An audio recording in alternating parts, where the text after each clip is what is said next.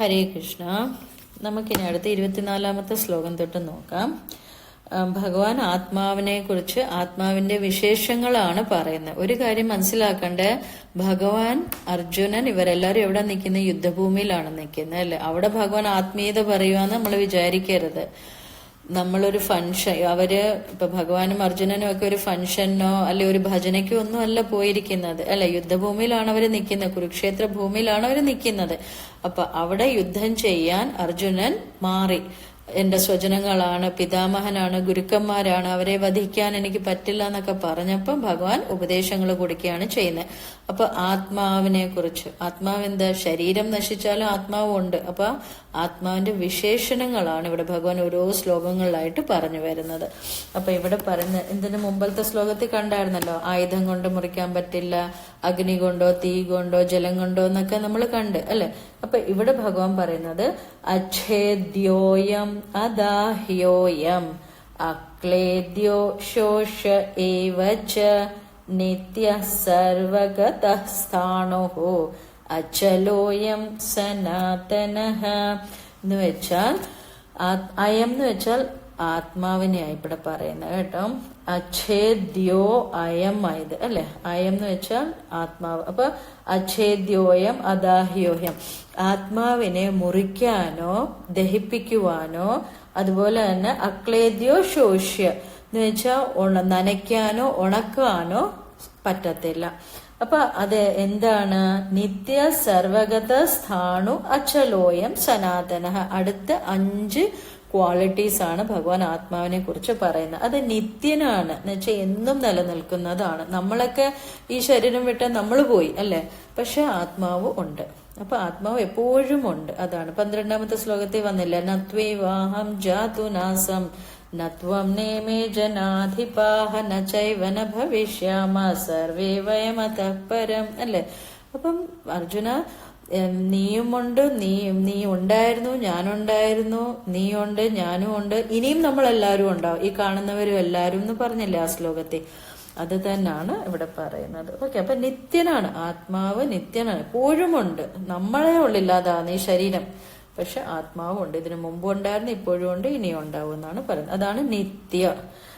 പിന്നെ സർവഗത എന്ന് വെച്ചാൽ മൊത്തത്തിൽ വ്യാപിച്ചിരിക്കുന്ന ഈ കാണുന്ന ജഗത്ത് മുഴുവനും ആ ഭഗവാനാണ്, ആ ആത്മാവാണ്, ആത്മതത്വമാണ്. അതാണ് സർവഗത. അവിടെ പർട്ടിക്കുലർ പ്ലേസ് ഒന്നുമില്ല, എല്ലാം ഈ കാണും. നമുക്കൊക്കെ ഒരു പരിമിതി ഉണ്ട് അല്ലെ, നമുക്കൊരു ഷേപ്പ് അങ്ങനെയൊക്കെ ഉണ്ട്. പക്ഷെ ആത്മാവ് ഈ കാണുന്ന ജഗത്ത് മുഴുവനും ആത്മാവാണ്. അത് സർവഗത. അതുകൊണ്ടാണ് മൊത്തം, സർവ എന്ന് വെച്ചാൽ തന്നെ അറിയാലോ, മൊത്തം അല്ലെ, സർവഗത. പിന്നെ സ്ഥാണുഹു. സ്ഥാണുഹു എന്ന് പറയുന്നത് സ്ഥിര സ്വഭാവമുള്ളവൻ, അതെപ്പോഴും ഉള്ളതാണ്, സ്ഥിരതയുള്ളത്. അതുകൊണ്ടാണ് ഇത് അടുത്തൊരു ക്വാളിറ്റിയാണ് ഇത് പറഞ്ഞത്. പിന്നെ അചലോയം, ചലനം എന്നറിയാലോ, ചലിക്കുന്നത്. അചലോയം എന്ന് വെച്ചാൽ ചലിക്കാത്തത്. അപ്പൊ ആത്മാവ് അചലമാണ് എന്ന് വെച്ചാൽ ഇളക്കമില്ലാത്ത വസ്തുവിനെയാണ് ഇവിടെ ആത്മാവിനെയായിട്ട് പറഞ്ഞിരിക്കുന്നത്. ആത്മാവ് ഇളകാതെ എപ്പോഴും നിലനിൽക്കുന്നു.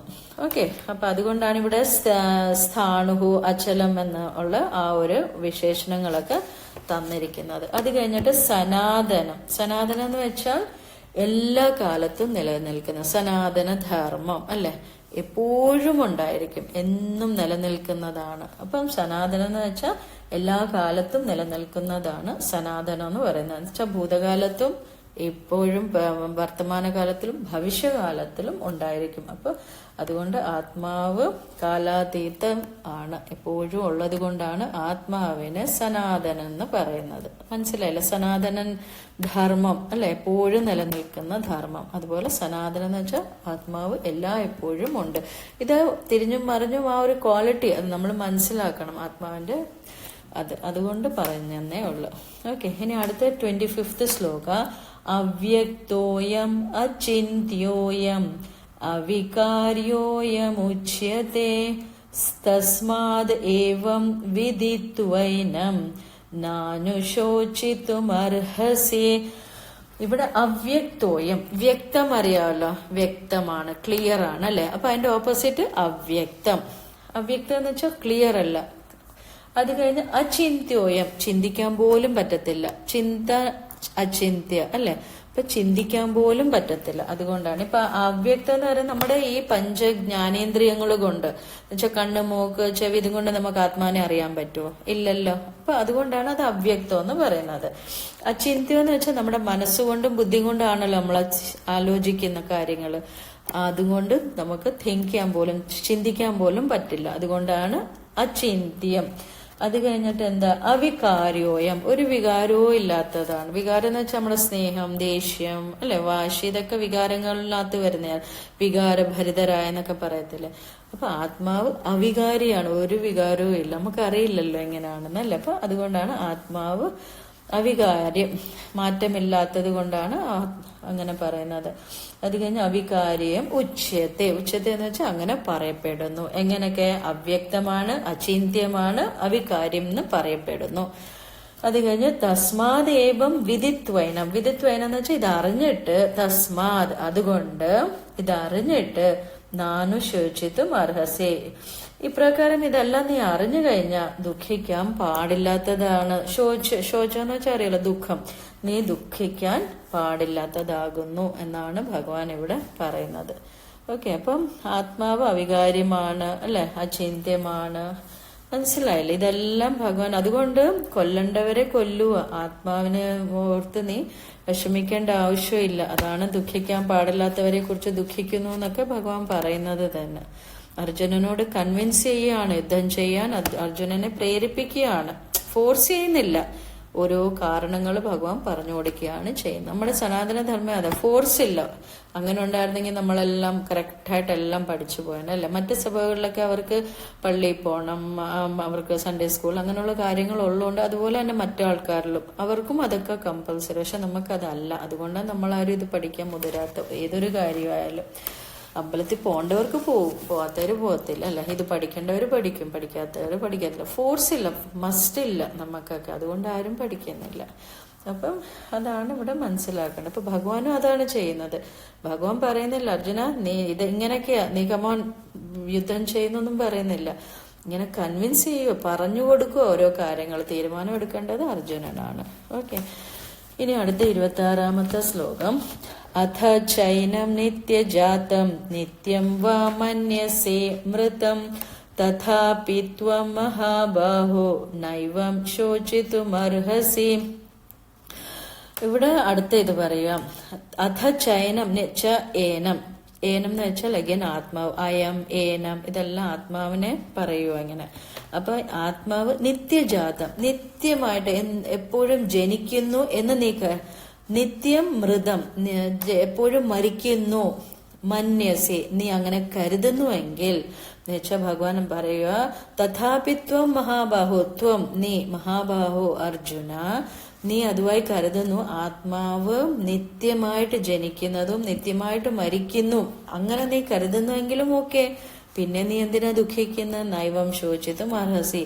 അങ്ങനെ നീ വിഷമിക്കുവാണെങ്കിലും നീ അങ്ങനെ വിഷമിക്കാൻ പാടില്ലല്ലോ. ആത്മാവ് ജനിക്കുന്നു മരിക്കുന്നു എന്ന് നീ ചിന്തിക്കുന്നു. ആത്മാവല്ല ശരിക്കും, ശരീരമാണ് ജനിക്കുന്നതും മരിക്കുന്നതും. പക്ഷെ നീ അങ്ങനെ ചിന്തിക്കുന്നു, ആത്മാവാണ് മരിക്കുന്നത്, ആത്മാവ് ജനിക്കുന്നെങ്കിലും പിന്നെ നീ വിഷമിക്കേണ്ട ആവശ്യമില്ലല്ലോ. ഇത് പോയാലും പിന്നെയും ജനിക്കുമല്ലോ അല്ലെ. അതാണ് ഇവിടെ പറയുന്നത്. ഇവിടെ ഭഗവാൻ ശരിക്കും പറഞ്ഞൊരു മുൻകൂർ ജാമ്യമാണ് എടുക്കുന്നത്. എന്നുവെച്ചാൽ ഓരോ ഇതും പറഞ്ഞു വരികയാണ് ചെയ്യുന്നത്. അപ്പം നാളെ മാറിയ ആൾക്കാർ പറയുമല്ലോ, എന്താ പറയുന്ന,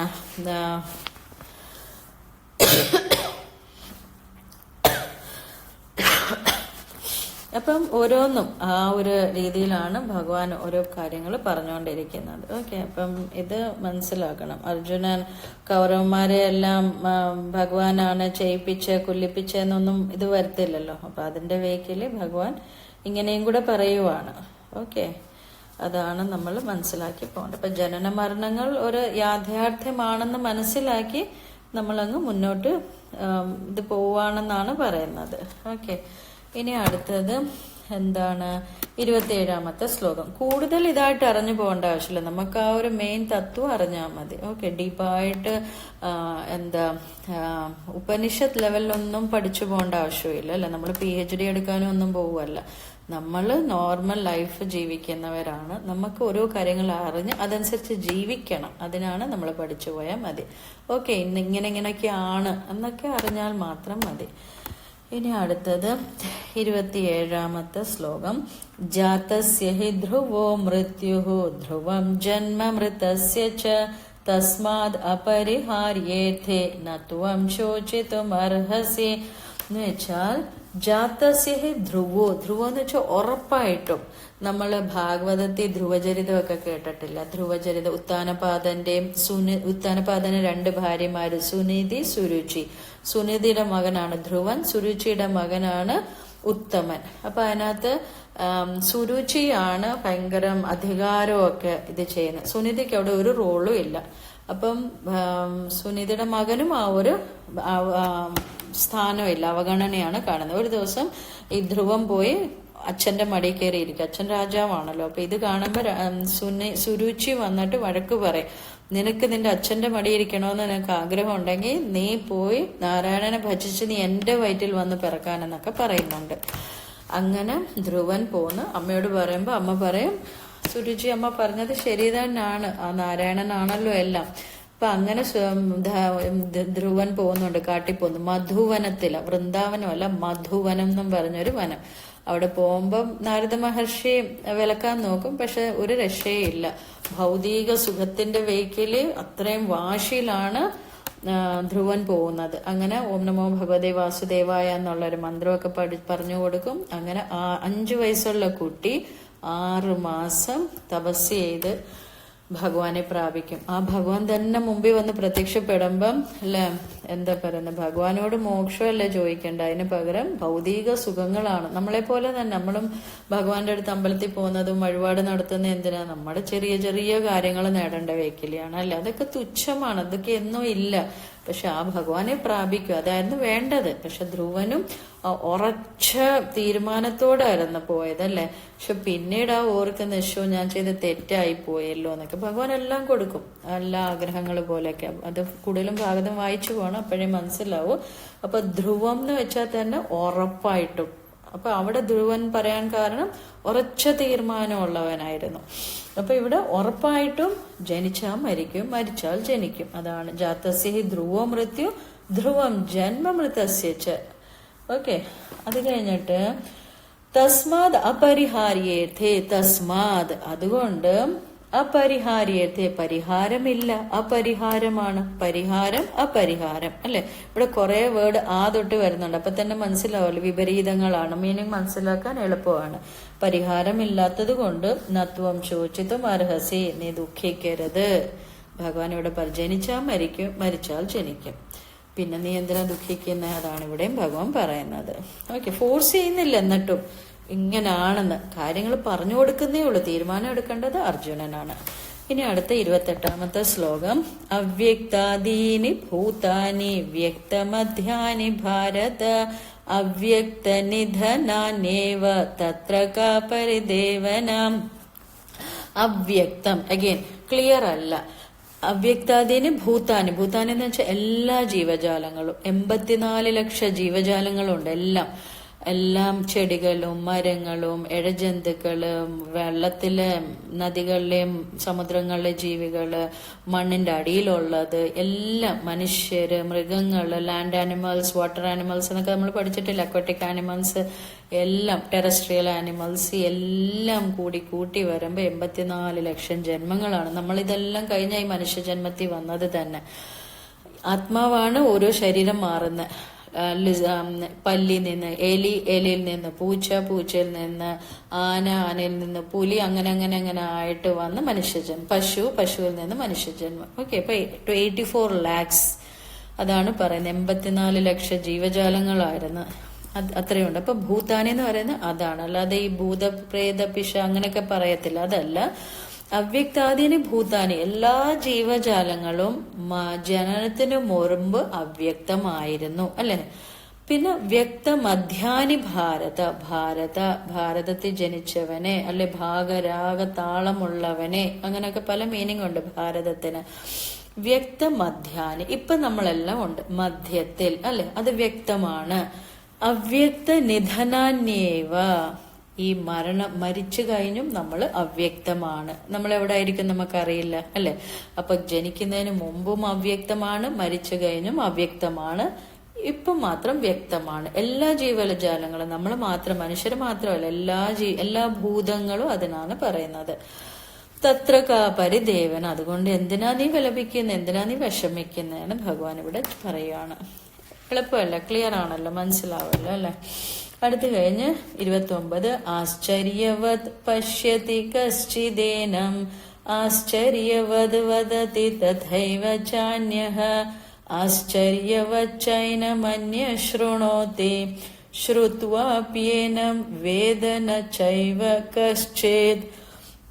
ആശ്ചര്യം എന്ന് വെച്ചാൽ തന്നെ അറിയാലോ, അതിശയം അല്ലെ. കശ്ചിത് എന്ന് വെച്ചാൽ കുറച്ച്, പശ്യത്തി എന്ന് വെച്ചാൽ കാണുന്നു, വദത്തി എന്ന് പറഞ്ഞാൽ പറയുന്നു, ശൃണോത്തി എന്ന് വെച്ചാൽ കേൾക്കുന്നു. ഓക്കെ, അപ്പൊ ആശ്ചര്യവത് പശ്യത്തി കശ്ചിതേനം, കുറച്ചു പേര് ഏനം എന്ന് വെച്ചാൽ ആത്മാവിനെ കുറിച്ച് ആശ്ചര്യമായിട്ടാണ് കാണുന്നത്. ഇപ്പൊ നമ്മളൊക്കെ ആദ്യമായിട്ട് ഇതിനെ കുറിച്ചൊക്കെ കേട്ടപ്പോ നമുക്ക് ഒരു ആശ്ചര്യമല്ലായിരുന്നു അല്ല. പിന്നെ ആശ്ചര്യവത് വദതി തഥൈവ ചാന്യഃ, ആത്മാവിനെ കുറിച്ച് കുറച്ചുപേര് വദതി എന്ന് വെച്ചാൽ പറയുന്നു, സംസാരിക്കുന്നു, ആത്മാവിനെ കുറിച്ച് സംസാരിക്കുന്നു, ആശ്ചര്യമായിട്ടാണ് സംസാരിക്കുന്നത്. ആശ്ചര്യവച്ചൈനം അന്യ ശൃണോതി, കുറച്ചുപേര് അന്യ എന്ന് വെച്ചാൽ അറിയാലോ, കുറെ അന്യ ആൾക്കാര് ആശ്ചര്യമായിട്ടാണ് കേൾക്കുന്നത് ആത്മാവിനെ കുറിച്ച്. ശ്രുത്വാപ്യേനം വേദന ചൈവ കശ്ചിത്, ഇത് കേട്ടിട്ടും ഒരാളും ആത്മാവിനെ കുറിച്ച് അറിയുന്നില്ല. ശ്രുത്വാപ്യേനം വേദന ചൈവ കശ്ചിത്, ഇത് ഈ ശ്രുത്വ എന്ന് വെച്ചാൽ കേട്ടിട്ട് കുറച്ചു പേര് പോലും ഇതിനെക്കുറിച്ച് ശരിയായ രീതി അറിയുന്നില്ല. അതാണ് ഈ ഒരു ശ്ലോകത്തിന്റെ മീനിങ്. ഇപ്പൊ ഒരു എക്സാമ്പിൾ ആയിട്ട് പറയുകയാണെങ്കിൽ, ഒരു ഗ്രാമത്തിൽ ഒരു കമ്പ്യൂട്ടർ കൊണ്ടുവന്ന് അല്ലെ. അപ്പൊ ഗ്രാമത്തിലെ കുട്ടികൾക്ക്, സ്കൂൾ കുട്ടികൾക്ക്, അവർ കമ്പ്യൂട്ടർ കണ്ടിട്ടില്ല. അപ്പം അവരൊരു അതിശയമായിട്ടായിരിക്കും കാണുന്നത്. അത് കഴിഞ്ഞ് അവർ പരസ്പരം കൂട്ടുകാർ തമ്മിൽ അതിശയമായിട്ട് അത് പറയും കമ്പ്യൂട്ടറിനെ കുറിച്ച്. അതിനെക്കുറിച്ച് പറയുമ്പോൾ അവർ ആശ്ചര്യമായിട്ടായിരിക്കും കേൾക്കുന്നത്. പക്ഷെ കേട്ടിട്ടും അത് അങ്ങോട്ട് മനസ്സിലാവുന്നില്ല അല്ലെ. പിന്നെ മനസ്സിലായിക്കോളും. പക്ഷെ തുടക്കത്തിന്റെ കാര്യമാണ് പറയുന്നത്. ഇപ്പൊ നമ്മളും ഈ അധ്യായം തുടങ്ങിയപ്പം നമുക്ക് ഒന്നും അങ്ങോട്ട് പിടികിട്ടുന്നില്ലായിരുന്നു അല്ലെ. പിന്നെ ഓരോന്നും വരികൾ, ഓരോ ശ്ലോകങ്ങൾ വരും തോറും നമ്മളെ ഭഗവാൻ ഇങ്ങനെ പറഞ്ഞു വന്നപ്പോ ഇപ്പൊ ഒരുമാതിരി നമുക്ക് മനസ്സിലായില്ല. അതാണ് ഈ ഒരു ശ്ലോകത്തിന്റെ മീനിങ്. അപ്പൊ ആത്മാവിനെ കുറിച്ച് നമ്മൾ കേൾക്കുന്നതും പറയുന്ന എല്ലാം ആദ്യമായിട്ടാകുമ്പോൾ ആശ്ചര്യമായിട്ടായിരിക്കും. പിന്നീട് കാര്യങ്ങൾ മനസ്സിലാവും. ഓക്കെ, അതാണ് ഇവിടെ പറഞ്ഞത് ഈ ഒരു ശ്ലോകത്തിന്റെ അടുത്ത്. നമുക്ക് ബോധ്യമാകും എന്താണെന്നൊക്കെ. പക്ഷെ തുടക്കക്കാർക്കുള്ള കാര്യങ്ങളാണ് ഇത്. അത് കഴിഞ്ഞ് 30ാമത്തെ ശ്ലോകം, ദേഹി നിത്യം അവധ്യോയം ദേഹേ സർവസ്യ ഭാരത തസ്മാത് സർവാണി ഭൂതാനി നത്വം ശോചിതുമർഹസി. ദേഹി എന്ന് വെച്ചാൽ ആത്മാവ്, നിത്യം അവധ്യോയം, ആത്മാവ് എന്നും എല്ലാവരുടെയും ദേഹത്തിൽ വസിക്കുന്നുണ്ട്. ഓക്കെ, ദേഹേ സർവസ്യ ഭാരത എന്നുവെച്ചാ, അപ്പം ഇവിടെ അതാണ് പറയുന്നത്. അപ്പൊ എല്ലാവരുടെയും ദേഹത്തിൽ അധിവസിക്കുന്ന ആത്മാവ് ഒരിക്കലും കൊല്ലപ്പെടുന്നില്ല.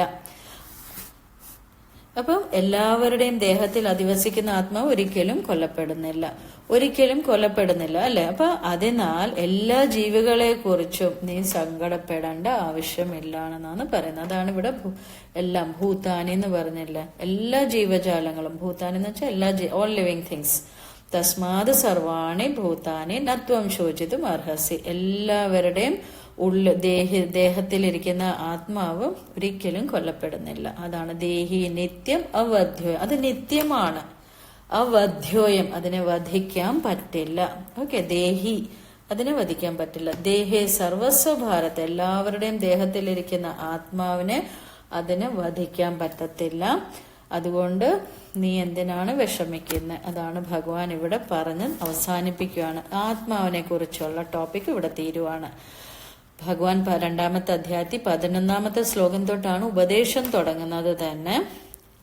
അത് കഴിയുമ്പോൾ ആത്മാവിനെ കുറിച്ച് പറയാൻ കാരണം അർജുനൻ മരണത്തെയാണ് പിടിച്ചിരിക്കുന്നത് അല്ലെ. ആദ്യത്തെ അധ്യായം തൊട്ടേ ഭഗവാൻ അർജുനൻ വിഷമം, സ്വജനങ്ങളും ഗുരുക്കന്മാരും പിതാമഹൻ എന്നൊക്കെ പറഞ്ഞ് വിഷമം. അപ്പൊ എന്തുവാ പിടിച്ചിരിക്കുന്നത്? യുദ്ധം ചെയ്താൽ ഇവരെല്ലാം മരണപ്പെടും. ഇവര് മരണപ്പെട്ടു കഴിഞ്ഞാൽ പിന്നെ ഇവരെ ഒന്നും ഒരിക്കലും കാണാൻ പറ്റില്ലല്ലോ. അതാണ് അർജുനന്റെ വിഷമം. അപ്പൊ അത് ഭഗവാന് നന്നായിട്ട് മനസ്സിലായി. അതുകൊണ്ടാണ് ആദ്യത്തെ ഉപദേശം തന്നെ തുടങ്ങുന്നത് അതിനെ പിടിച്ചുകൊണ്ടാണ്. എന്നുവെച്ചാൽ അർജുനനോട് ഭഗവാൻ പറയുന്നുണ്ട്, നീ മഹാപണ്ഡിതനെ പോലെയൊക്കെ സംസാരിക്കുന്നു, പക്ഷെ യഥാർത്ഥ പണ്ഡിതൻ മരിച്ചവരെ കുറിച്ചോ മരിച്ചിട്ടില്ലാത്തവരെ കുറിച്ചോ ദുഃഖിക്കുന്നില്ല. എന്നുവെച്ചാൽ ശരീരമാണ് നശിക്കുന്നത്, ആത്മാവല്ല നശിക്കുന്നത്. ആത്മാവ് ഓരോ ശരീരങ്ങൾ സ്വീകരിക്കുകയാണ് ചെയ്യുന്നത്. അപ്പൊ അതാണ് പറഞ്ഞു വരുന്നത്. അപ്പൊ ഈ ഒരു ശ്ലോകത്തോടുകൂടി ആത്മാവെന്നുള്ള ഒരു ടോപ്പിക് തീർന്ന് ഇനി അടുത്ത സ്വധർമ്മങ്ങളെ കുറിച്ചൊക്കെയാണ് പറയാൻ പോകുന്നത്. അപ്പൊ ഇവിടം വരെയൊക്കെ എല്ലാവർക്കും മനസ്സിലായി കാണുമെന്ന് പ്രതീക്ഷിക്കുന്നു. നന്നായിട്ട് വായിക്കുക, ലൈൻസ് മനസ്സിലായല്ലോ, ശ്രദ്ധിച്ച് പോവുക, പാരായണം ചെയ്യുക. ഈ ഭഗവത്ഗീത ഇതൊക്കെ ചൊല്ലുമ്പോൾ ഉണ്ടല്ലോ നമുക്ക് വീട്ടിലും ഭയങ്കര പോസിറ്റിവിറ്റിയാ, നമ്മൾക്കും പോസിറ്റീവ്. ഈവൻ ഇഫ് വീട്ടിലുള്ളവര് വേണ്ട, പക്ഷെ ആ ഒരു പോസിറ്റീവ് എനർജി ഇവിടെ നിലനിൽക്കുന്നുണ്ട്. നമ്മളിപ്പോ സ്പ്രേ ഒക്കെ അടിച്ചു കഴിഞ്ഞാൽ റൂമിനകത്ത് നല്ല മണമല്ലേ അല്ലെ, അതെപ്പോഴും അടിച്ചുകൊണ്ട് നടക്കണ്ടല്ലോ, കൈ കൊണ്ടു നടന്നുകൊണ്ട് ഇരിക്കണ്ടല്ലോ. അപ്പൊ അത് അടിക്കുമ്പോൾ നല്ല മണം വരുന്ന കൂട്ട് നമ്മൾ ആ ഒരു വീട്ടിൽ നാമം ചൊല്ലുമ്പം, ഇപ്പം വീട്ടിൽ ആരും ഇല്ലാത്ത സമയത്ത് വീട്ടിലുള്ള അമ്മമാർക്കെല്ലാം ചൊല്ലാം അല്ലേ, ഭർത്താവും മക്കളില്ലാത്ത സമയത്ത് അവർ ഇതൊക്കെ ചൊല്ലുമ്പോൾ വീടിന് ഭയങ്കര പോസിറ്റിവിറ്റി. അവർ വീട്ടിൽ വരുമ്പോൾ, ഭർത്താവും മക്കളും വീട്ടിൽ വരുമ്പോൾ അവർക്കും അത് പകരെയാണ് കിട്ടുന്നത്. അവർക്കും ഇപ്പൊ സ്പ്രേ അടിച്ചു കഴിയുമ്പം അത് നമ്മളെയും കൂടെ ആ മണം വരുത്തില്ല. അതുപോലാണ് ആ നാമജപം. നമ്മൾ ആഹാരം കഴിക്കുന്നത് അത് നമ്മുടെ ശരീരത്തിനേ ഉള്ളു, പക്ഷെ നമ്മുടെ മനസ്സിന് നല്ല സ്ട്രോങ് ആകാനും പോസിറ്റീവായിട്ടിരിക്കാനും എല്ലാം അതിനുള്ള ഒരിതാണ് ഈ നാമജപം. ഇപ്പൊ നമ്മൾ vitamins, minerals, carbohydrates, antioxidants, omega 3 fatty acids ഇതെല്ലാമാണ് ആഹാരത്തിൽ കൂടി എടുക്കുന്ന. അത് ശരീരത്തിന് മാത്രമേ ഉള്ളൂ. മനസ്സിനുള്ള വൈറ്റമിൻ ആണ് നാമജപം, ഭഗവത്ഗീത, ഭാഗവതം. അതുകൊണ്ട് എല്ലാവരും വായിക്കണം, ചൊല്ലണം. അത്രയും ചിന്തിച്ചാൽ മതി. മനസ്സിനുള്ള വൈറ്റമിൻ ആണ് നാമജപം, പ്രയർ. അത്രയേ ഉള്ളൂ. അപ്പൊ അതുകൊണ്ട് ഡെയിലി എല്ലാവരും ചൊല്ലുക.